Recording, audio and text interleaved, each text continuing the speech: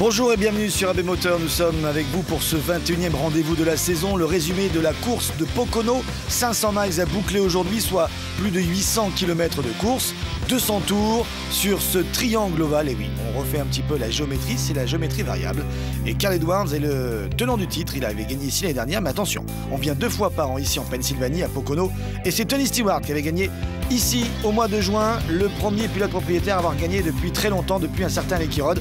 D'ailleurs, Tony Stewart est toujours en tête du classement général avec presque 200 points d'avance sur un certain Jimmie Johnson qui est remonté d'une place devant Jeff Gordon grâce à sa victoire la semaine dernière sur le circuit d'Indianapolis. Voici une très belle vue aérienne de Pocono. Alors Pocono, c'est 3 virages complètement différents, donc un circuit de 4 km avec dans le premier virage une inclinaison à 14 degrés, dans le deuxième une inclinaison à 8 degrés et dans le troisième une inclinaison à 6 degrés, autrement dit 3 inclinaisons différentes et 3 angles de virage différents, ce qui fait de Pocono un circuit très atypique.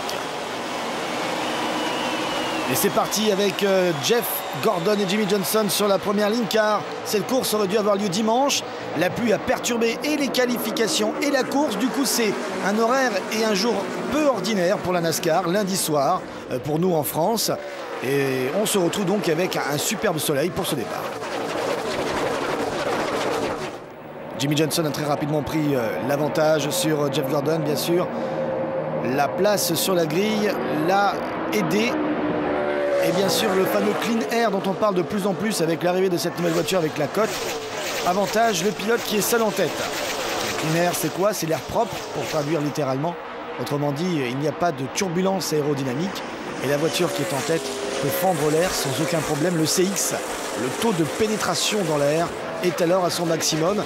Et les réglages sont pratiquement équivalents au réglage des qualifications, puisque même s'il n'y a pas eu de qualification cette semaine, on vous l'a dit à cause de la météo, les voitures, lorsqu'elles font leurs essais libres ou leurs qualifications, eh bien, elles tournent toutes seules sur la piste. Donc les réglages, en général, sont faits pour que la voiture se comporte bien toute seule lorsqu'elle veut aller vite en qualif. Et puis lorsque la course arrive, forcément avec les autres voitures, dans le paquet, il y a des turbulences aérodynamiques provoquées par les autres voitures. Et là, bien sûr, il faut ajuster au fur et à mesure. D'ailleurs, à ce petit jeu-là, la NASCAR a prévu un drapeau de compétition, un drapeau jaune de compétition au 20e tour, afin que toutes les écuries puissent régler leur voiture comme il se doit pour des configurations de course. Allez, Johnson donc a pris largement la tête, très belle avance sur ses poursuivants. On va suivre les autres voitures dans le paquet et vous rappeler que Tony Stewart avait donc fort logiquement fait la pole position de fait, puisqu'il est leader du classement général et qu'il n'y a pas eu de qualif, donc forcément on a pris la grille de départ en fonction du classement général. Mais Tony Stewart a eu un accident, il s'est crashé lors des essais libres et donc il a été contraint de changer complètement sa voiture. Il est donc parti bon dernier, Tony Stewart, avec sa voiture numéro 14. On va voir comment il va se comporter. Le voici avec cette voiture rouge numéro 14, ce célébrissime numéro DJ Foyt qu'il arbore fièrement depuis qu'il a repris une écurie à son compte, une écurie éponyme, la Stewart Haas Racing. Avec déjà pratiquement 9 places de remontée pour Tony Stewart. Bataille ici pour Kyle Busch numéro 18 et Greg Biffle numéro 16. Kurt Busch toujours 4e du classement général et Greg Biffle qui va essayer de conserver une place dans le top 12. Il en était sorti il y a de cela quelques semaines. Il est revenu, il est 11e actuellement au classement général. Kyle Busch avec une contre-performance la semaine dernière à Indianapolis. Une contre-performance qui a fait couler pas mal d'encre et a fait parler également son frère, Kurt Busch, le grand frère. Quand un grand frère parle, les petits l'écoutent. Eh bien, Kurt Busch a déclaré que Kyle devrait plus se concentrer sur la Sprint Cup que sur la Nationwide. Car c'est vrai, il participe à toutes les courses de la Nationwide, la 2e division de la NASCAR. D'ailleurs, il est actuellement logiquement en tête et de très loin d'ailleurs sur ses autres concurrents, dont certains d'ailleurs participent également à la Sprint Cup comme Carl Edwards ou Kevin Harvick. Et s'il veut en effet participer aux playoffs, eh bien Kyle Busch doit se concentrer, en tout cas doit se focaliser. Ce sont les déclarations de son grand frère Kurt qui passe à l'instant. On va voir si aujourd'hui il va rebondir dans le bon sens du terme, Kyle Busch. La semaine dernière, c'est vrai qu'il n'a pas eu de chance. L'écurie lui a demandé maintenant de piloter comme un pilote qui veut conserver et marquer des gros points. Et la semaine dernière, bien malheureusement, il a été une fois dans le mur. Sa voiture a eu un petit problème de comportement. Pour une fois, c'était la voiture et non pas lui. Et Kyle Busch a été contraint de retrouver les stands à plusieurs reprises, les garages pour réparer, alors qu'il avait pourtant une conduite très conservatrice, à la Matt Kenseth presque.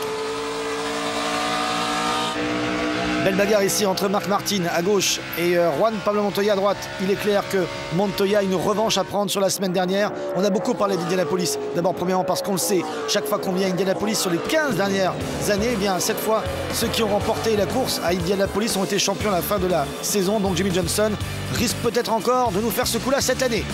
En attendant, il est en tête après 4 tours. Et on se retrouve au 26e tour avec l'agitation du drapeau vert. C'est Denny Hamlin qui a récupéré la première place.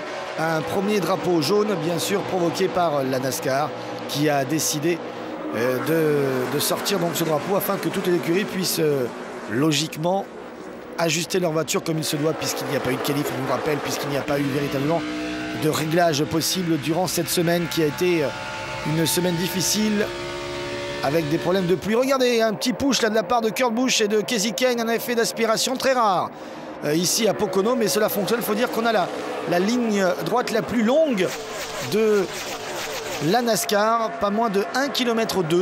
Ah oui, c'est interminable. Même si les voitures sont lancées à plus de 300 km/h sur cette ligne droite, on a l'impression qu'ils y restent pratiquement 2 heures. On parlait à l'instant, juste avant la reprise de cette course de Jimmie Johnson qui reste vainqueur à Indianapolis. On va parler de Marc Martin qui a encore fini 2e la semaine dernière et qui essaye également d'être là toutes les semaines. Il est sur une bonne pente ascendante. Marc Martin 9e au classement général. Il est le pilote le plus victorieux de la saison. 4 victoires avec Kyle Busch qui nous emmène ici avec 3 victoires. Kyle Busch lui aussi est un pilote efficace cette saison, mais ces deux pilotes-là, que ce soit Marc Martin ou Kyle Busch, n'ont pas assuré encore leur place au classement général, pas assez régulier. Des résultats en dents de scie, certes ils gagnent, mais lorsqu'ils ne gagnent pas, souvent ils ont des problèmes. On a vu Marc Martin par exemple abandonner plusieurs fois dans la saison. Certes il a 4 victoires, mais il a également 3 abandons. Denny Hamlin a donc repris la tête de la course. Attention à Denny Hamlin, c'est l'un des rares pilotes dans l'histoire des courses ici à Pocono depuis qu'on vit en 1974 à avoir fait le sweep, autrement dit gagner les 2 courses la même saison. Et non seulement il avait gagné les 2 courses en 2006, mais il était également parti de la pole position ces 2 années-là. On sait que c'est un pilote très efficace sur ce circuit. Montoya, numéro 42, voiture rouge avec la cible sur son capot. Mais attention, la cible c'est pour les autres cette semaine. Il a été la cible des officiels la semaine dernière à Indianapolis qui l'ont en effet rétrogradé avec une pénalité alors qu'il était en tête, qu'il repartait pratiquement en tête dans le dernier ravitaillement. On lui a demandé de revenir dans les stands parce qu'il aurait dépassé la limite de vitesse sur 2 segments de la longue ligne des stands d'Indianapolis. Il faut savoir que comment se calculent ces fameux excès de vitesse. Eh bien, dans une ligne des stands, en NASCAR, il y a plusieurs segments. En l'occurrence, à Indianapolis, il y en avait 8. Et il y avait 55 miles de vitesse tolérée dans les stands, soit 88 km/h. Enfin, vitesse légale. Simplement, sur chaque circuit, les officiels décident qu'il y a une tolérance. La tolérance était de 5 miles. C'est énorme. 5 miles de tolérance à Indianapolis, ça montait donc la limite de vitesse dans les stands à 60 miles, soit 96 km/h. Donc avec une telle tolérance, il est clair que tous les chefs mécanos ont demandé à leurs pilotes de ne pas aller à 55, mais plutôt à 59, histoire de gagner, de grignoter quelques dixièmes et quelques mètres dans les stands. Évidemment, tout est bon à prendre sur une course, c'est normal. Mais le problème, c'est que lors du dernier ravitaillement, Montoya a été chronométré à 60,11 et 60,02. Donc une fois ce serait passé, 2 fois c'était trop, 2 segments sur 8 c'était trop. Évidemment Montoya repartait en tête, il n'avait pas forcément la meilleure voiture pour gagner, mais il était seul devant. Et on vous l'a dit tout à l'heure, depuis l'avènement de la cote, les voitures qui sont seules devant bénéficient d'un tel bon appui propre sur l'aéro qu'elles sont avantagées. D'ailleurs on l'a bien vu, quand Montoya a été rétrogradé suite à cette pénalité à la 14e place sur le dernier restart, il n'a jamais été en mesure de remonter le classement en cours.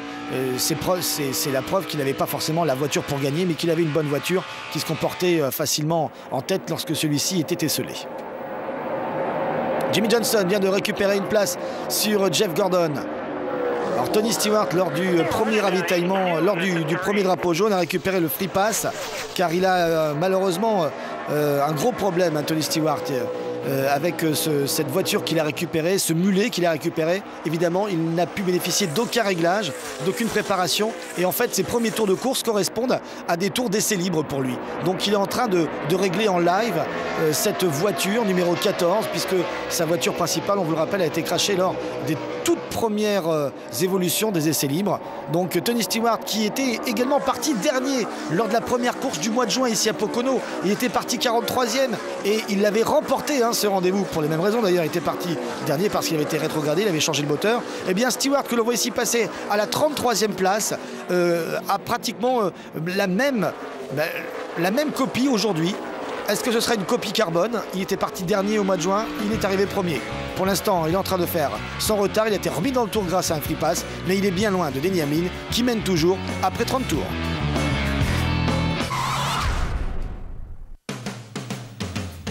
Il a plu hier, dimanche, à Pocono, et donc du coup la course a été annulée. Oui, il y avait des nuages, il y avait de la pluie, il y avait du brouillard, il y avait même des sécheuse en nombre sur la piste. Tony Stewart aujourd'hui, donc la course était reportée à lundi, part du fond de grille alors que logiquement il devait avoir la pole position, mais comme il avait échangé sa voiture, son mulet, donc il est parti du fond de grille. Denny Hamlin a récupéré la première place de cette course après la première neutralisation officielle sur la piste. Ça a permis à Tony Stewart de régler encore plus sa voiture, de changer ses pneus et de revenir dans le tour, car malheureusement pour lui, avec plusieurs passages dans les stands, il était déjà relégué à un tour après seulement une vingtaine d'évolutions. Tony Stewart, on le retrouve actuellement sous drapeau jaune en train de rouler tranquillement. Et on se retrouve au tour 102. Le leader, c'est Kasey Kahne qui est maintenant en tête. On a déjà eu 4 neutralisations pour quelques petits débris. Pour Paul Menard, par exemple, qui s'est retrouvé avec une crevaison. Aucun pilote à ce moment-là était à un tour et donc il n'y a pas eu de free pass donné. On a vu aussi un autre problème avec quelque chose d'assez étonnant sur la piste. En effet, un morceau du feu de la ligne d'arrivée et de départ s'est retrouvé sur la piste. Les voitures passent tellement vite dessous que, bien apparemment, un boulon s'est, au fur et à mesure des tours, dévissé et a provoqué une neutralisation avec un débris assez incroyable. Ça, c'est pour la petite histoire. Pour l'instant, nous sommes à la mi-course. Et à la mi-course, c'est Kasey Kahne qui a récupéré la place de leader au bénéfice, bien sûr, d'un meilleur ravitaillement dans les stands. Le top 5 après cette neutralisation, Kasey Kahne, David Reutemann, Matt Kenseth, David Ragan et Marcos Ambrose. Attention, il y a des stratégies décalées, car tous les noms que je vous ai cités, en fait, sont des pilotes qui sont restés sur la piste, alors que les autres sont rentrés dans les stands.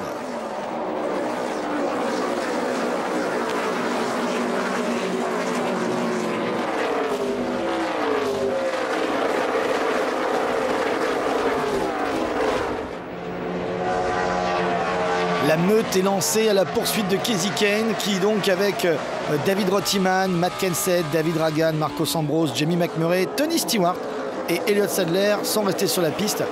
Pour eux, en attendant, ça reste peut-être une bonne stratégie, sachant qu'ici on fait environ entre 30 et 35 tours avec un plein de carburant et que peut-être une nouvelle fois ici à Pocono, la course pourrait se décider à la consommation.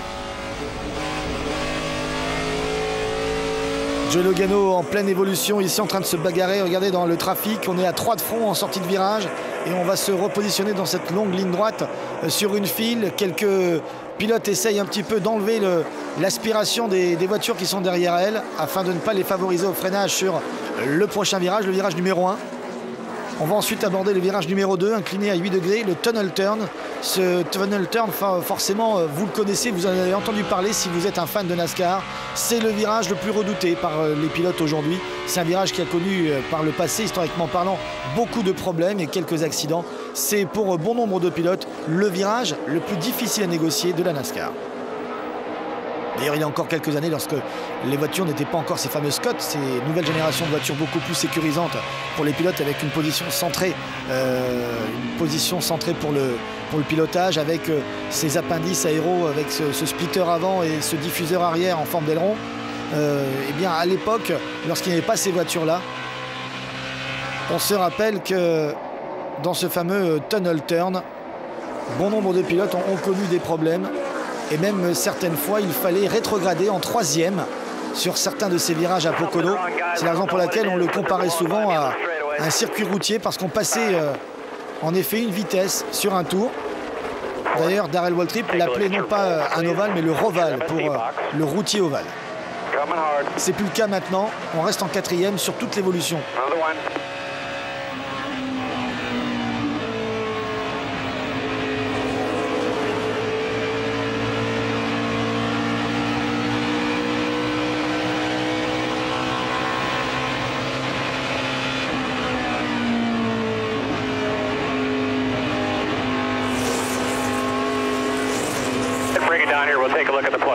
Voilà, il y a un souci pour Jimmie Johnson, en effet, c'est pour ça qu'on écoutait bien le bruit du moteur. Apparemment, il a senti quelque chose qui n'allait pas. Jimmie Johnson est contraint de rentrer dans les stands alors qu'il était dans le top 15. Et Chad Kenoss qui est là en train de le regarder et d'essayer de savoir ce qui se passe. Apparemment, il semblerait qu'il y ait un souci moteur pour Jimmie Johnson. Aïe, aïe, aïe. Johnson, deuxième du classement général après sa victoire la semaine dernière à Indianapolis. On le disait, il a peut-être encore une bonne statistique cette année. Il drive for 4. Les Américains aiment bien dire ça. Il pilote pour la 4e titre consécutive, ce qui ferait de lui le premier pilote dans l'histoire à pouvoir être champion 4 fois de suite, alors qu'un certain Jeff Gordon drive for 5. Et oui, lui a déjà été 4 fois champion, mais à des années d'intervalle. Et d'ailleurs, cette semaine également, Jeff Gordon drive for 5 ici à Pocono, puisqu'il a le record du nombre de victoires pour un pilote en activité. Pas moins de 4 victoires à Pocono, mais là, c'est une autre histoire. Regardez, Jimmie Johnson qui va revenir sur la piste juste devant Kasey Kahne qui est en tête. Ils ont vérifié en effet, il y a quelque chose qui ne va pas dans le moteur de Jimmie Johnson. Et plutôt que de perdre un tour complet, il préfère revenir sur la piste pour voir un petit peu comment Jimmie Johnson peut s'en sortir et rester devant Kasey Kahne, mais ça va être bien compliqué. Bon, Jimmie Johnson qui a littéralement dégringolé dans le classement de cette course, qui est bon dernier pour l'instant de ce rendez-vous de Pocono, mais qui reste devant Kasey Kahne. Alors, Kasey Kahne va certainement le manger d'ici quelques virages parce que Kahne est le plus rapide actuellement en piste. Pourtant, Kahne est avec des vieux pneus. Ça prouve que peut-être il y a une bonne stratégie à faire pour la fin de la course pour tous ces pilotes-là qui sont en stratégie décalée. Avec des vieux pneus, on peut rester sur un long run avec une vitesse raisonnable. En attendant, Kahne est en tête et Johnson est en difficulté.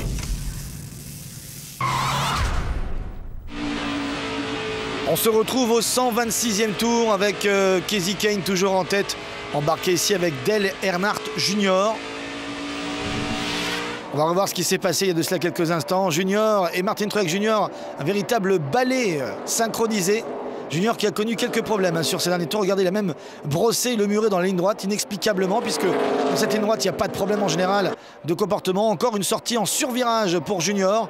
C'est très compliqué. Les derniers tours sont catastrophiques pour le numéro 88 de la Hendrick Motorsports, qui décidément est en pleine difficulté. Ah oui, on se prend la tête là du côté de son chef mécano. Il ne se prend pas la tête, c'est parce qu'il était un peu ébloui par le soleil, bien sûr. Lance McGrew, qui est donc le nouveau chef mécano de Dale Earnhardt Jr. depuis le départ de Tony Eury Jr. Oui, je sais, il y a beaucoup de juniors actuellement dans mes citations, mais que voulez-vous, ils sont comme ça aux États-Unis. Il manque un petit peu de réflexion, et quand quelqu'un a un fils, eh bien, il l'appelle Junior. Voilà, c'est toujours gratifiant.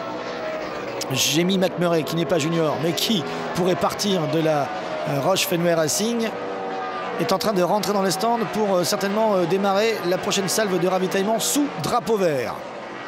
McMurray, on l'a appris cette semaine, a eu comme cela un petit communiqué de presse de la part de Jack Roush qui lui expliquait écoute, si jamais tu veux voir ailleurs, tu peux y aller.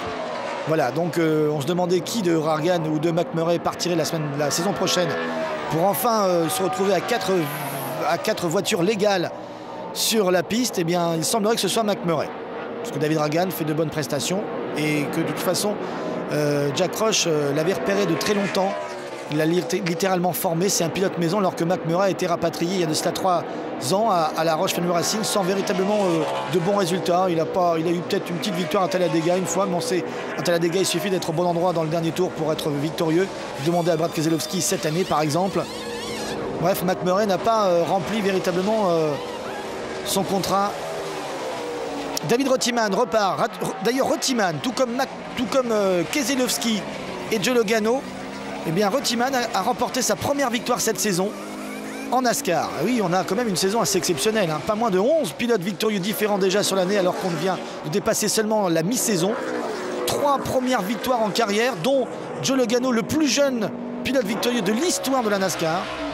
Et ce n'est pas fini, parce que dans ces 11 pilotes qui ont déjà gagné cette année, eh bien on n'a même pas compté des pilotes qui n'ont pas encore gagné et qui ont l'habitude de gagner. Par exemple des Clint Bowyer, par exemple des Denny Hamlin, des Kevin Harvick, des Carl Edwards.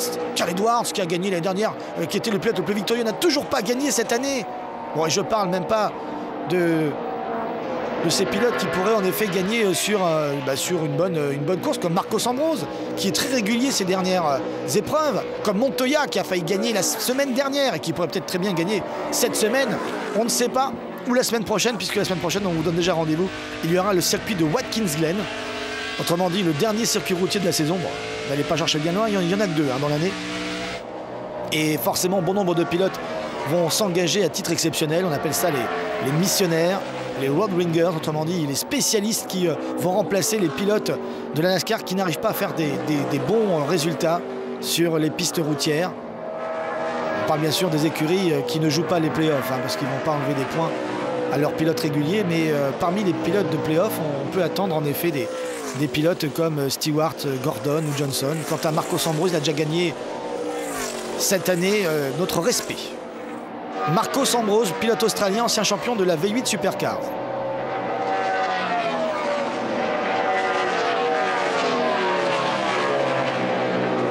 Il est bien, Marcos Ambrose, très régulier depuis ces dernières semaines. Il pourrait nous faire encore peut-être une course surprenante cette semaine. En attendant, la semaine prochaine, le circuit routier du Glen.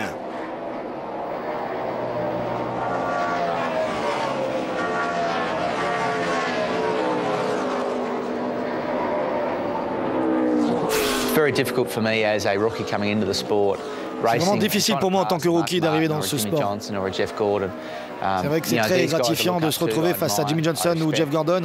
C'est vrai que même si j'ai du respect pour ces pilotes-là, j'ai besoin de combattre tous ces pilotes, y compris Johnson et Gordon. Mais c'est très gratifiant et très motivant, car en fait, je me suis aperçu que plus j'arrivais en haut du panier, et plus c'était facile pour moi de piloter. Et oui, en effet, une saison, très bonne saison pour Marcos Ambrose. À l'instar peut-être d'un Juan Pablo Montoya, des pilotes qui ne sont pas américains.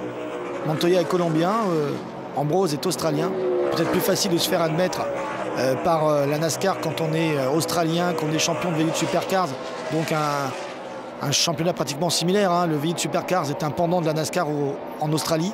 Alors que quand on est un pilote de monoplace, qu'on vient de la Formule 1, qu'on vient de la F3000, qu'on vient du Champ Car, qu'on a gagné l'Indy 500, forcément, lorsqu'on n'est pas américain, c'est plus difficile. Par contre, lorsqu'on est américain, c'est le cas par exemple de Sam Handy Junior, c'est peut-être plus facile. En tout cas, on est content d'avoir pu entendre Marcos Ambrose qui s'expliquait en effet sur ses résultats. De mieux en mieux, Marcos Ambrose, parce que de plus en plus confiant, tout simplement. Denny Hamlin qui est toujours à surveiller ici à Pocono, alors que la salve de ravitaillement continue avec quelques tours d'écart. On a vu en effet rentrer dans les stands tous ceux qui ne s'étaient pas arrêtés. Le top 8 de tout à l'heure qui avait décalé sa stratégie d'arrêt en fonction du classement. On appelle ça travailler sa track position. Faire une stratégie d'arrêt décalée pour avoir une meilleure place sur la piste, afin de pouvoir repartir aux avant-postes, parce qu'il est très compliqué de dépasser ici à Pocono. Tony Stewart au premier plan, il avait le premier pit box. Et il va repartir à l'instant. Ah, il n'arrête pas de changer les réglages, Tony Stewart. Je ne sais pas s'il pourra faire le sweep cette année. Les pilotes propriétaires qui ont fait le sweep à Pocono, il n'y en a pas. Des propriétaires qui ont fait le sweep, il y en a. Il y a Jack Roche. Il y a Rick Hendrick, il y a Joe Gibbs avec Denny Hamlin, justement, le voici, Denny Hamlin, c'était en 2006. Mais des pilotes propriétaires qui ont fait le doublé, ici, il n'y en a pas. Des pilotes propriétaires qui ont gagné une course à l'été et la course du mois de juin d'après, il y en a eu. Il y en a eu deux. Mais des pilotes propriétaires qui ont gagné la même course la même année, il n'y en a pas. Bon, vous avez bien compris? Allez, c'est reparti. Attention, ce ravitaillement-là est très très important.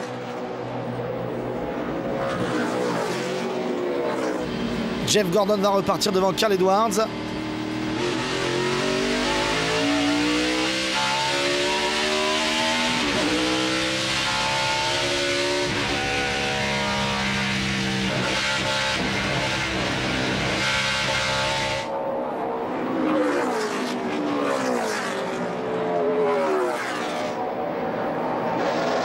Nous sommes au 133e tour.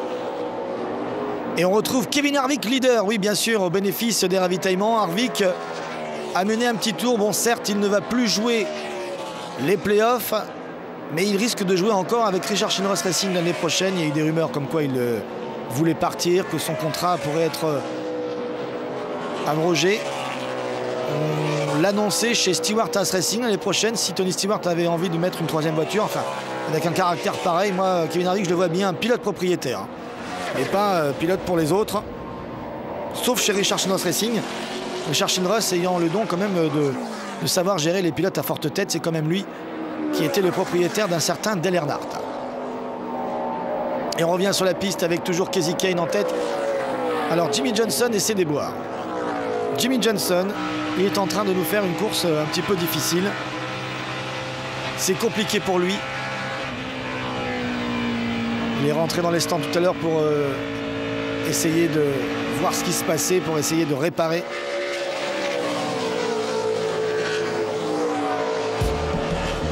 Mais Kasey Kahne, lui, est toujours en tête devant Denny Hamlin, David Reutemann, Michael Waltrip en stratégie décalée et Kurt Busch, 5e. Nous sommes au 167e tour, derrière le Pescar, une superbe Corvette.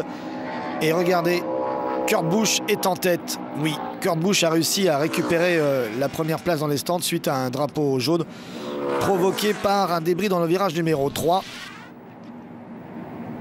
Et on va revoir ce qui s'est passé juste avant. Regardez, une stratégie absolument incroyable, une stratégie de course routière pour Juan Pablo Montoya.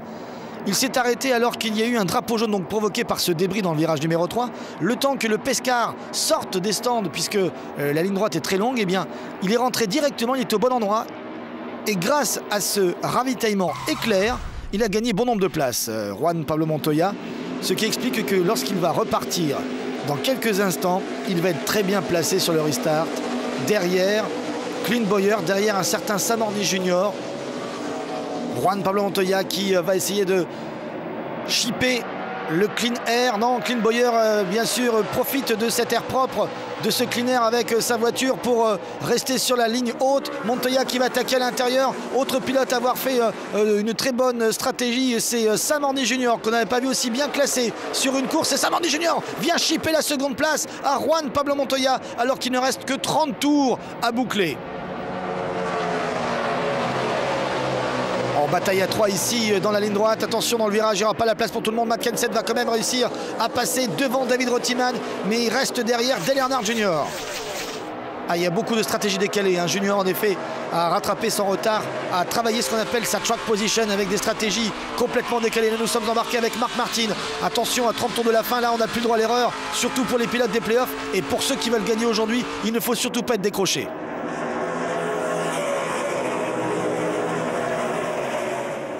Il y a une histoire qu'il faut qu'on vous raconte, qu'on n'a pas vu dans ce résumé, dans ce highlight préparé par nos amis américains. On les aime bien les Américains, mais des fois, ils oublient plein de choses dans les résumés. Alors bien sûr, on passe plus de temps à commenter ce qu'on ne voit pas qu'à commenter ce qu'on voit. Alors qu'est-ce qu'on n'a pas vu aujourd'hui?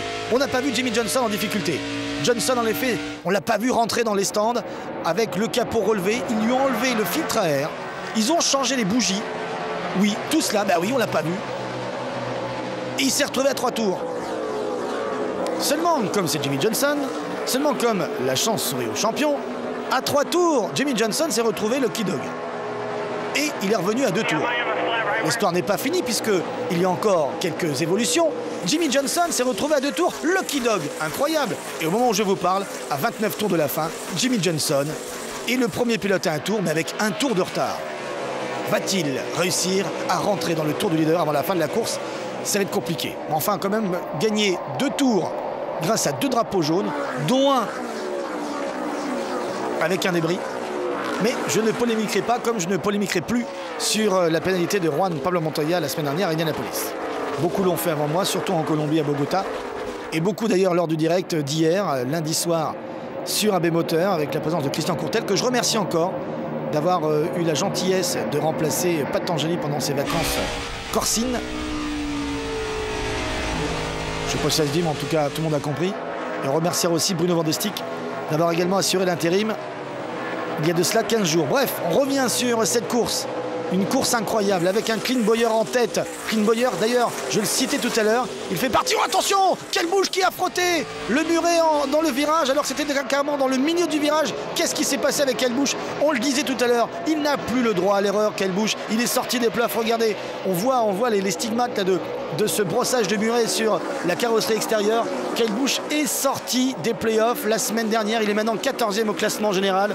Il a pratiquement 120 points de retard sur le 12e. Et Kelbouche n'a plus le droit à l'erreur. Il doit marquer des gros points. Il doit changer sa façon de piloter. Son frère lui a dit, dans son écurie, on lui a dit, et il était prêt à le faire la semaine dernière, mais il n'a pas eu de chance. Et il semblerait encore que cette semaine, il n'ait pas la chance avec lui. Kelbouche a gagné 3 fois en Sprint Cup. Kelbouche est l'un des pilotes qui, à chaque fois, sait se montrer aux avant-postes, mais qui, lorsqu'il n'est pas dans les premiers, se retrouve dans les derniers. Donc à la moyenne, eh ben, c'est pas bon du tout. On le sait, hein, il faut être régulier. Regardez, on a dans le top 10 du classement général des pilotes qui n'ont même pas gagné encore cette année. Carl Edwards n'a pas gagné, il est là. Denny Hamlin n'a pas gagné, il est 6e. Ray Newman n'a pas gagné, il est 7e. Oh, attention, David Reutemann se retrouve à l'envers sur la ligne droite. Nouvelle neutralisation à 26 tours de la fin. Oh là là, attention au Big One. Non, il n'y aura pas de Big One. David Reutemann qui était aux avant-postes, qui faisait encore une superbe course. David Reutemann qui lui peut espérer encore de rentrer dans les playoffs après son superbe début de saison. Il est 13e au général, s'est retrouvé en difficulté. Et j'ai même l'impression que Marcos Ambrose a été impliqué dans cette histoire. Marcos Ambrose dont on disait tellement de bien tout à l'heure. Que s'est-il passé? Que s'est-il passé? Mais dites-moi, ce petit drapeau jaune là, bah voilà, Jimmie Johnson. Évidemment, regardez, voilà, la main levée. Je pense que même lui se dit qu'il devrait monter une pizzeria pour manger des nouilles. Hein. Parce que franchement, là, sur ce coup-là... Alors, ah, c'est la vengeance. Qu'est-ce qui s'est passé? Pourquoi Denny Hamlin est venu pousser David Reutemann? Oh là là. Alors là, c'est un petit peu incroyable. Denny Hamlin, assez agressif. Denny Hamlin qui avait l'une des meilleures voitures en tout début de course. On n'a pas vu dans ce résumé, mais Hamlin a mené bon nombre de tours en début d'épreuve. Et là, il a fait un push. Il a fait un push sur David Reutemann. Alors, on rappelle ce que c'est un push. C'est une façon de pousser le pilote pour qu'il s'écarte, pour un petit peu libérer la place. La NASCAR autorise ce type de conduite qu'on pourrait qualifier d'agressive, mais elle l'autorise que lorsque les pilotes sont en ligne droite, pas en appui, autrement dit, pas dans les virages. Et c'est ce qui vient de se passer avec Denny Hamlin. Bref, on aura peut-être l'explication après la course. Je ne pense pas que ce soit une vengeance, mais peut-être une impatience de la part de Denny Hamlin. En attendant, on est reparti à 21 tours de la fin. Regardez qui est en tête. Clint Bowyer toujours là. Juan Pablo Montoya à l'intérieur. Il faut savoir que sur les restarts à double fil, depuis que c'est instauré, depuis que maintenant c'est un petit peu logique que les pilotes en tête se retrouvent en tête sur les restarts. Bah oui, eh bien depuis que ce règlement est instauré, le choix de la ligne. Et pour le premier pilote, donc Bowyer a choisi la ligne extérieure. Montoya, il n'avait pas le choix, il était à l'intérieur. Il vient de se faire déborder par Sam Hornish Jr., par Kasey Kahne. Montoya qui a malheureusement été privé de la ligne préférentielle, la ligne extérieure. Ça fait 2 fois que Montoya loupe au restart le passage sur le leader. Johnson l'avait très bien fait la semaine dernière sur Mark Martin. Montoya lui-même l'avait très bien fait également quelques tours avant Indianapolis sur ce même Mark Martin. Mais là, Montoya n'a pas réussi à faire la même chose sur Clint Bowyer. Regardez, Sam Hornish Jr. qui est maintenant 2e, incroyable. Le pilote qui, avec Montoya, a cette particularité d'avoir gagné les 500 miles d'Indianapolis. En place, attention, il y a de la fumée derrière, qu'est-ce qui se passe? Oh, attention, plusieurs voitures impliquées dans ce problème. Il y a Joey Logano, il y a Reed Sorenson. Et on a même vu David Reutemann dans le gazon. Nouvelle neutralisation. Là, on commence à battre des records. Hein. Bon, le record est de 13. C'était il y a de cela quelques années. On s'en rappelle, nous étions en direct sur les moteurs. 13 drapeaux jaunes en 2005. Et là, on attend encore des sommets avec cette nouvelle neutralisation à moins de 30 tours de la fin.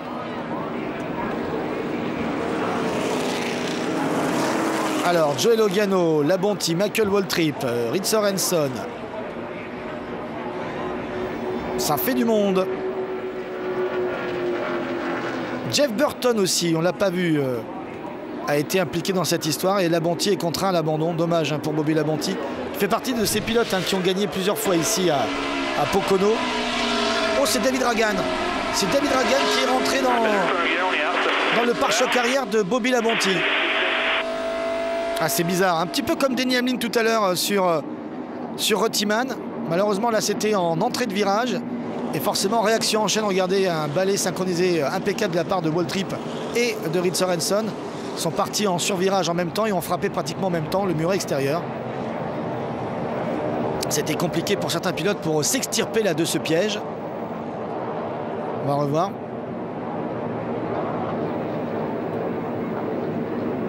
Oh, vous avez vu Johnson? Oh, Johnson qui s'en sort. Mais c'est pas possible.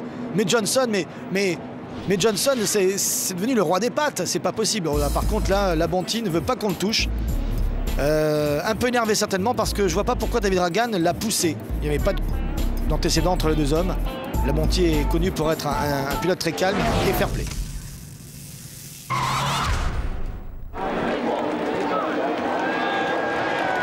Nous repartons à 14 tours de la fin. Restart et Clint Bowyer est toujours en tête. Attention, hein.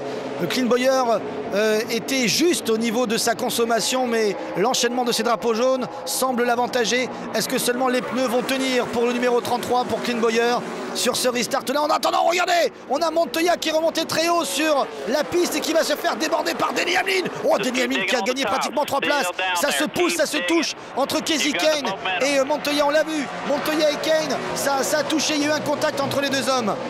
Sam Horny Junior qui reste à une très belle 4e place, juste devant Tony Stewart qui a fait une remontée fantastique. Il a travaillé longuement sur sa voiture, il a été patient. Lui aussi s'est retrouvé un tour, lui aussi a bénéficié de la place de Lucky Dog.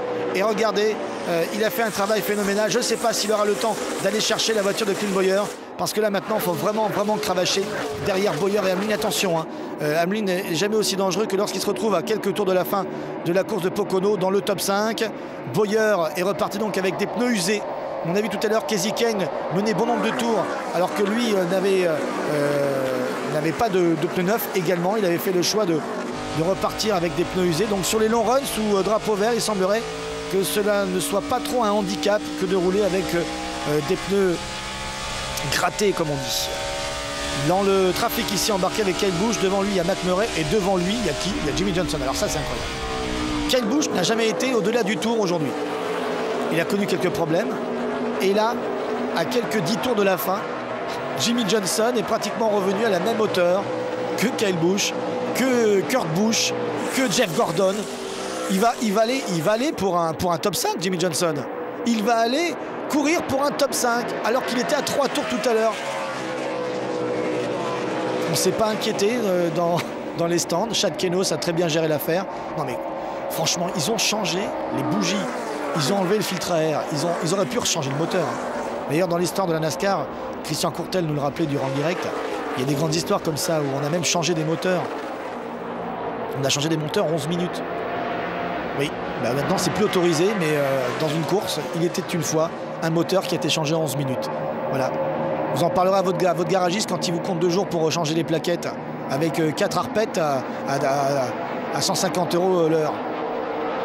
Bon, s'il y a des garagistes qui regardent ce résumé, je roule en vélo. On va voir ce qui s'est passé avec ici une caméra embarquée depuis Ryan Newman. Oui, il y a eu un contact. Oh, ça a bien touché avec Dale Earnhardt Jr. juste devant. Et Junior qui connaît un petit problème maintenant. Regardez, il a rétrogradé Junior. Oui, suite à ce contact, à mon avis, sa voiture se comporte beaucoup moins bien. Regardez également Denny Hamlin qui est revenu dans les roues d'un certain Clint Bowyer qui menait déjà depuis bon nombre de tours ce rendez-vous de Pocono. Est-ce que Bowyer va résister? Non, ça a un petit peu touché en sortie de virage. Il est très agressif, Hamlin, mais c'est normal, il faut l'être un petit peu pour remporter des courses. Et il est passé dans la ligne droite arrière. Incroyable, Denny Hamlin qui est revenu sur Clint Bowyer. Bowyer n'est pas en mesure de résister. Et regardez Jimmie Johnson, mais c'est pas possible. Alors que Dale Earnhardt Jr. perd des places suite à ce contact, Johnson en gagne et Johnson rentre dans le top 10 en dépassant Kurt Busch. C'est le monde à l'envers. Johnson était à 3 tours tout à l'heure. Oui, je me répète, je sais, mais quand même, c'est énorme. Et pendant ce temps-là, Denny Hamlin a pris la tête alors que Kurt Busch est en train de se bagarrer. Il est littéralement en drift là en sortie de virage derrière Jimmie Johnson. Regardez. C'est incroyable, cette voiture 48 est maintenant bien placée sur la piste dans le tour des leaders et le voici. Voilà. Jimmie Johnson est revenu. 9 tours pour aller chercher Ameline, à mon avis, ça va être compliqué. Hein. Oh, attention, Bowyer en difficulté. On a vu que Bowyer là est sorti un petit peu difficile, il s'est bien rétabli, mais n'a rien pu faire face à l'attaque de Juan Pablo Montoya. Montoya qui est dans les bons coups hein, depuis plusieurs semaines, régulièrement il est là dans le top 5, dans le top 10. La semaine dernière, il a failli gagner. Et il est encore là, la revanche hein, du Colombien, le mort aux dents pour Juan Pablo Montoya. On sait que c'est un pilote chaud et c'est ce qu'on aime. Moins de 10 tours à boucler. Ameline s'est envolée. Est-ce que Montoya est en mesure d'aller le chercher? Si on reste sous drapeau vert jusqu'à la fin, Montoya est le seul à pouvoir inquiéter Denny Ameline. Alors que dans le trafic, il y a pas mal de voitures qui ont des stigmates hein, sur leur carrosserie. On a vu Jeff Burton avec des traces de roues. En effet, il était impliqué dans l'un des derniers incidents sur la piste. Kurt Busch ne se laisse pas faire. Il n'a pas envie de voir revenir Jimmie Johnson. Là, on parle de pilotes qui sont en tête du classement général. Hein. Regardez, Kurt Busch, Jimmie Johnson et Jeff Gordon sont simplement les 2e, 3e et 4e du classement général. C'est normal de les voir aux avant-postes sur ce rendez-vous de Pocono. D'ailleurs, on trouve, nous, les observateurs, les commentateurs de la NASCAR, on trouve nous-mêmes que les résultats des pilotes actuellement justifient leur classement général. Kurt Busch, 4e du général. Johnson, 2e général. Gordon, 3e du général. Et même Tony Stewart a très bien géré cette course. Parti bon dernier avec un mulet qui n'était pas réglé. Il a réussi à travailler tout au long de cette longue épreuve, hein, 500 miles. La course aura duré en tout pratiquement 4 heures. C'est long. Et bien pendant tout ce temps-là, on a bien travaillé chez Stewart Haas Racing. On a remis une voiture compétitive. D'ailleurs, on la voit tourner là, juste devant Matt Kenseth, la voiture 14 rouge de Tony Stewart, qui est dans le top 5. Matt Kenseth également a été très discret aujourd'hui. Il n'a visiblement pas mené de tour, me semble-t-il. Mais il sait qu'il a besoin de marquer des gros points. Matt Kenseth qui a formidablement bien démarré la saison avec 2 victoires consécutives, donc bien sûr celle de Daytona, le fameux Daytona 500. Et puis il a été après plus que discret, voire même invisible, transparent. Bien, Matt Kenseth actuellement est 12e du classement général. Il est sur le fameux siège éjectable des playoffs. Et il n'a que 66 points d'avance sur David Rottiman, 13e. Donc il a besoin de marquer des points, de finir dans le top 10 jusqu'à la fin de la saison régulière. On rappelle qu'à partir de Richmond, à partir de la 26e course, on attaquera les playoffs. Les 10 dernières courses de la saison seront intenses pour les 12 meilleurs pilotes de la saison régulière. On vous rappelle le règlement de la NASCAR. Les 12 meilleurs pilotes de la saison régulière sont détachés par l'attribution de points supplémentaires, sont détachés et seuls ces 12-là peuvent prétendre au titre. Bien sûr, les 10 dernières courses concernent tout le monde. Il y aura toujours 43 voitures au départ. Alors vous allez me dire quel est l'intérêt pour les autres? Bien, pour les autres, l'intérêt, c'est de gagner des courses, de marquer des points. Parce que marquer des points, c'est gagner de l'argent. Et que, par exemple, un 34e aujourd'hui ici à Pocono va gagner 64 000 $. Donc on en a besoin pour faire fonctionner l'écurie. Regardez la bulle actuellement. La bulle qui a connu quelques petits changements. Cette bulle concerne en fait les places de 8 à 14 au classement général. La zone dangereuse. La zone convoitée. Sam Hornet Junior et Juan Pablo Montoya qui se bagarrent. Regardez, agressif, non, Kasey Kahne, pardon.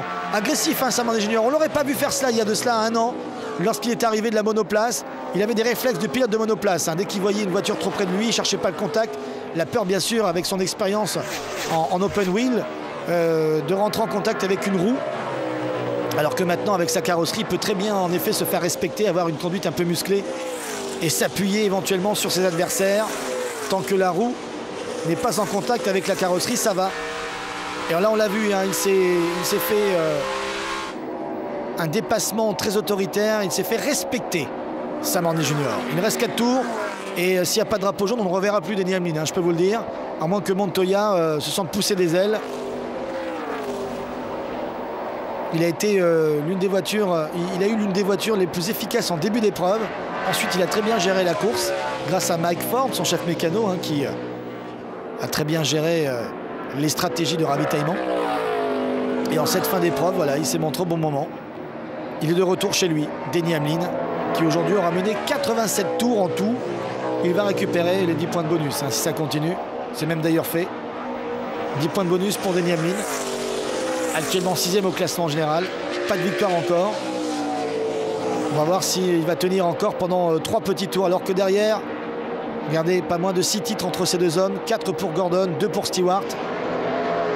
Et les hommes sont l'un derrière l'autre. À 3 tours de la fin.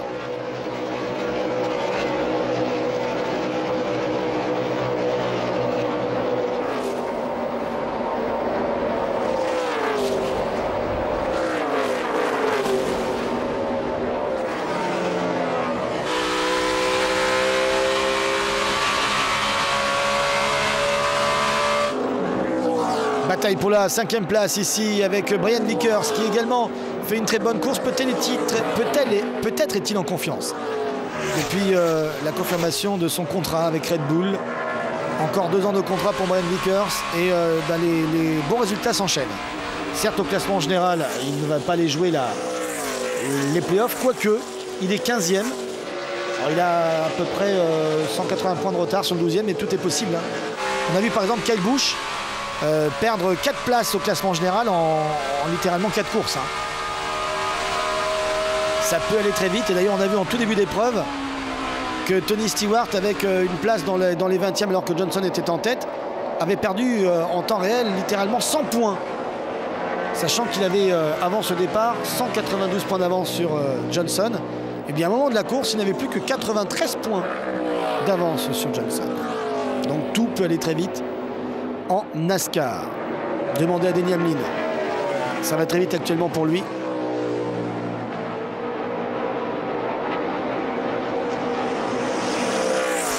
« 270 km/h de moyenne au tour actuellement pour les voitures les plus rapides. Avec des pointes à 300 bien sûr sur la longue ligne droite d'1,2 km. Drapeau blanc agité en même temps qu'un drapeau noir. Mais ça c'est pour Michael Waltrip. Drapeau blanc au passage de Denny Hamlin, dernier tour. Et une nouvelle fois, Denny Hamlin va s'imposer ici à Pocono. Alors que pour les places d'honneur, Kevin Harvick fait un véritable baroud d'honneur en essayant de dépasser Jimmy Johnson qui a fait une course mais alors absolument incroyable. La chance sourit aux champions, la chance sourit aux audacieux. Et bien visiblement, la chance sourit beaucoup à Jimmy Johnson ces derniers temps. Attention ici, on se rapproche dangereusement. Mark Martin avec Brian Vickers. Et oui, la jeunesse et l'expérience. Vickers qui d'ailleurs en son temps était chez Hendrick Motorsports avant de partir et de céder aux sirènes de Toyota et des billets, des dollars. Vickers reste devant Mark Martin alors que Denny Hamlin reste devant Juan Pablo Montoya. C'est le dernier tour, le dernier virage.